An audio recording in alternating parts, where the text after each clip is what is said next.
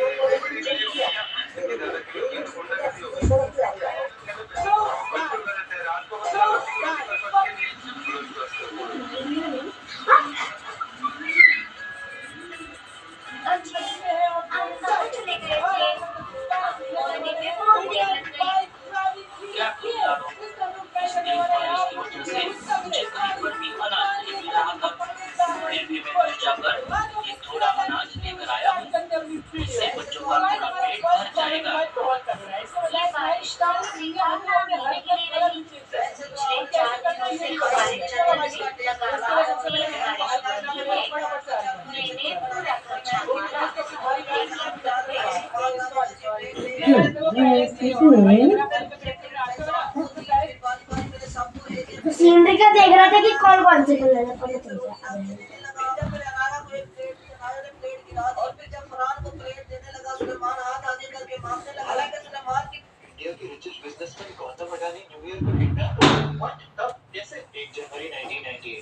रात के 8 बजे थे। अडानी और उनका दोस्त शांतिलाल पटेल अहमदाबाद के कर्णावती क्लब से निकलते हैं। फिर रास्ते में उनकी गाड़ी के आगे एक स्कूटर आके खड़ा होता है और पीछे एक मारुति वैन, एंड उस वैन से 6 लोग निकलते हैं और अडानी को उस वैन में उठा के चलो लेकर ना लेकिन उन्होंने हिम्मत नहीं हारी और वहां से जिंदा वापस आ गए। इरेजर दियो, इरेजर मेरे पास नहीं। बोरी बोरी ला।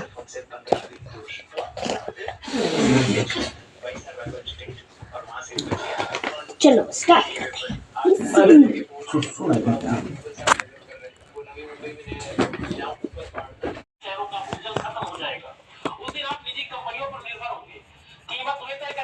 सवाल बस इतना है कि पेट्रोल के बिना आप रह सकते हैं, पानी के बिना कितने दिन जिएंगे।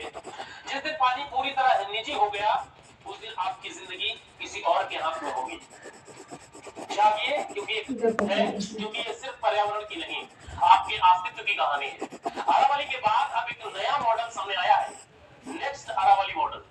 फर्क बस इतना है कि इस बार पहाड़ नहीं, आपके घर के नीचे छिपा पानी निशाने पर है। दिल्ली से महज 60 किलोमीटर दूर गुरुग्राम के एक गांव में एक ही रात में 127 कुएं सूख गए। लोगों ने सोचा शायद सूखा पड़ गया होगा, लेकिन जब आधी रात को जमीन के 300 फीट नीचे बोरिंग मशीनों की आवाजें गूंजने लगी, तब सच सामने आया, ये सूखा नहीं था, ये लूट थी, सरकारी मोहर के साथ की गई लूट। अरावली की पहाड़ियों को खोद खोद कर खत्म करने के बाद अब देश के सबसे बड़े कॉर्पोरेट की नजर उस पानी पर है जो आपकी जमीन के नीचे है। और इस बार खेल और भी खतरनाक है, क्योंकि हर कदम पर सिस्टम का आशीर्वाद है। ये कहानी सिर्फ एक गांव या एक शहर देखो लेवल अपने आप ही पानी का कम है। देखो 5 मिनट लगता है पानी आने में, ज्यादा बोरिंग से भी पानी भर भर के आता है ना।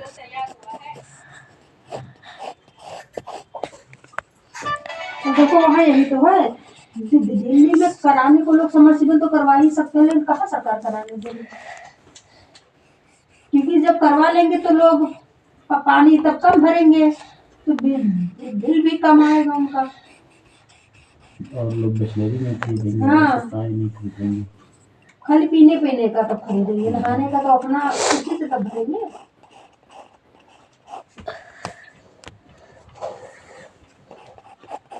यहाँ भी होगा, टेंशन मत लो। ये भी दिल्ली में आएगा, यहाँ भी पानी नहीं बोरिंग में जा सकते।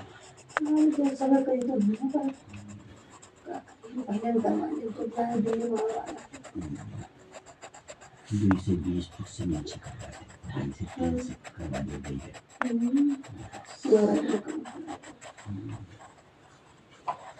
3 से बोल जाए जो साइड कराई वो साइड पूरी बोरिंग है नहीं।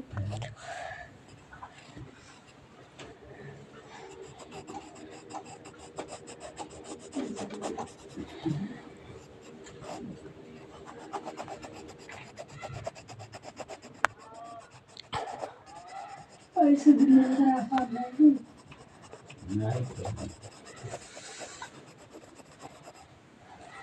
लादत बहुत हो ये पहा ला देखा है पहा ना ना ना ला तो भार पड़े।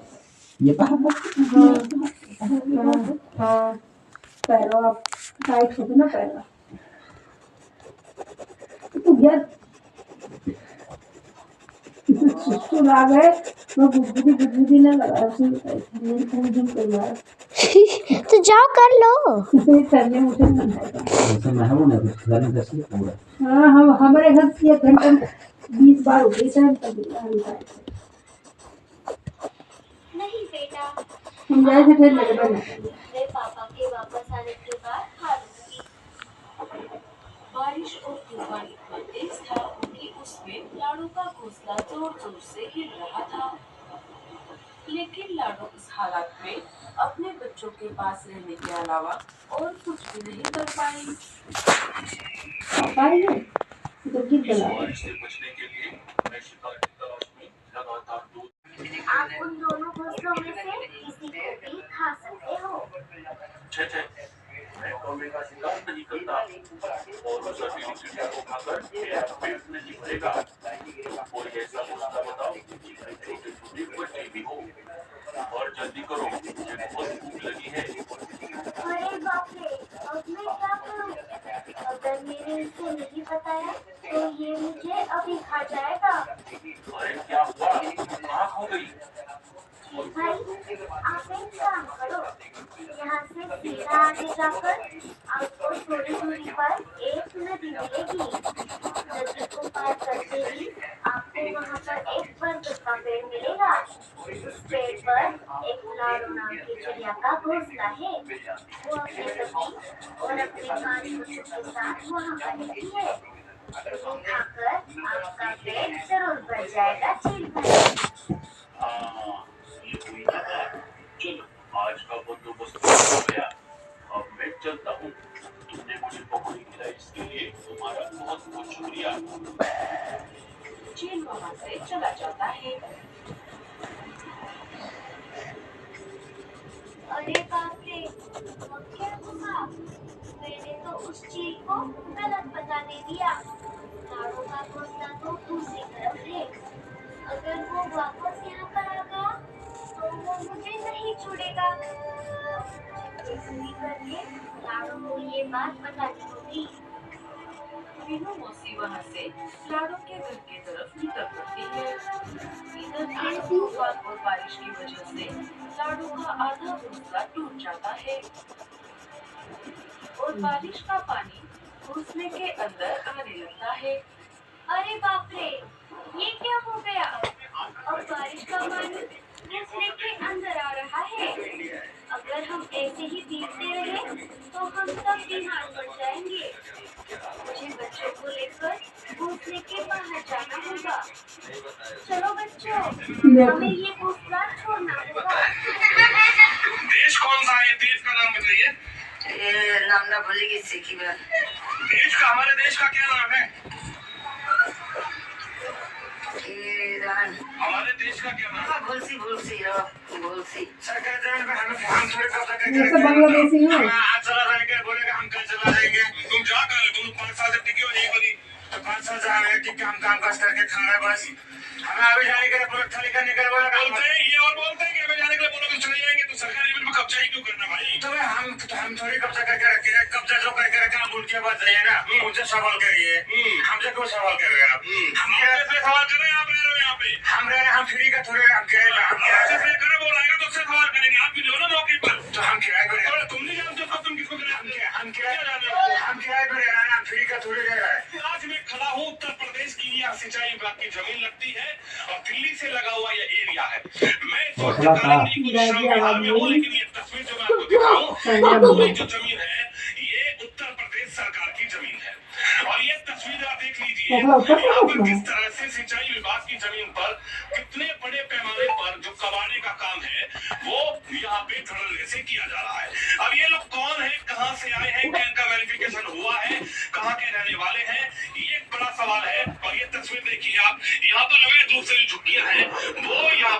ये बड़ा सवाल ये है कि यहाँ जो भी रह रहे हो ये किसका झुग्गी सरकार की जमीन पे आप लोग बनाए से तो कौन आपसे खिलाएगा? देखो नाव ना जानते हैं, देश कौन सा है? देखो नाव ना जानते हैं लोग। अब क्या करेंगे फिर? कहाँ देखो तुम देखो नहीं देखो। जो कम जले ज्यादा चले और आपकी बजट और है इसलिए है मेरा विश्वास ये देखो हमारा इतना जानकारी ना है किसकी